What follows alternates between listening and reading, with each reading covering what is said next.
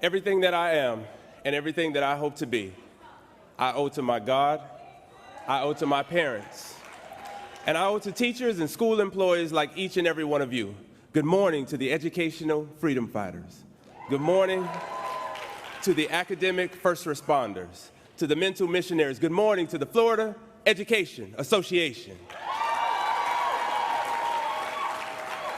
Again, my name is Fedrick Ingram, and I'm running for the office of FEA Vice President. You see, I am just one generation removed from a family line that included my maternal and paternal grandmothers, both with a third grade education and a sixth grade education. But both of them provided knowledge and strength and courage and hope because they gave selflessly, knowing that if they sacrificed and provided an education for families, that generations will reap the benefits. You see, Angela Davis said, "I am no longer accepting the things that I cannot change. I am changing the things that I cannot accept." 40 years ago, no one would have imagined that I'd be here today, which is exactly the reason why I'm running for FEA Vice President. You see, I'm the kid from inner city who grew up in abject poverty, housing projects with a major speech impediment, who society says ought not to be here. The son of 2 city bus drivers, with a mother who prayed and fought for her 4 boys every day, and a father that said, just because you're in the mess, you don't have to be a part of it.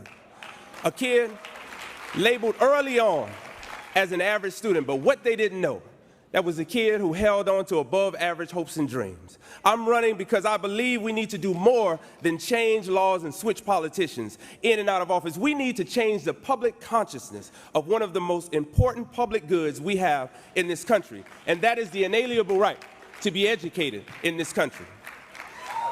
You see, I, like most of you, have spent a great part of my life on the way to school, at a school, or talking about what happens in a school. Today, I say to all of you, the challenges that we face are many. And in the face of incredible odds, teachers still want to do more. They even want to do more with less. They want to do more teaching and less testing. They want to do more growing of children into responsible adults with less pressure than to bubble in answers on a standardized test. More inspiring of the next generation's leaders with less pressure to make them fit into a formula. We want to do more critical thinking skills and training with fewer interruptions to see if all of our boards look the same. We want to do more teaching and less test mandates that are never given enough funding. We want a conversation, not condemnation. We need a stronger agenda that says, yes, we will always advocate for those most on the margins of our society. And yes, we will advocate for solidarity. And we will fight for equality and access across the board with those children and adults who are linked to one another in our schools and work sites across this state. And yes, we are not only trying to change public policy, but more importantly, reframe the narrative of what we see as the problems of education and to reimagine what we know are the promises of that education. This is the work that lies ahead, and this is the work that I look forward to with the Florida Education Association. But remember this union belongs to you, the 140,000 members that you represent today, you who deliver on that public education every day, the paraprofessionals who do the work that we either can't do or won't do. You work with our most challenged students, the security monitors who are our first line of defense and control the school climates, the secretaries and office personnel who are the real administrators of every school. They not only keep our records, but they keep us in check. It's the maintenance workers and cafeteria workers and school bus drivers, the school bus drivers that provide for a parent's #1 expectation to bring my child home the same way that they left. It's the college and university professors who expand the minds of our young adults and teach throughout our great higher education system. It's about the retirees who continue to work after 30 and 40 years of service because they believe in the true ideals of justice and equality. At this moment, there is no middle ground. There is no neutral corner. You must decide where you stand. We don't do this work for the income. We always do it for the outcome. But teaching was never meant to put you in the penthouse, and it certainly shouldn't put you in the poorhouse. This fight is not over until we win.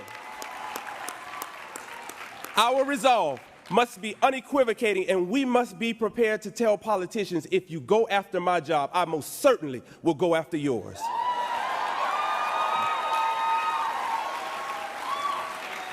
To do this, To do this, our union must be disciplined and determined with a clear mission in mind. And remember the comprehensive power of unions: litigation, legislation, demonstrations, agitations, and sometimes, Terry, sheer damn aggravation.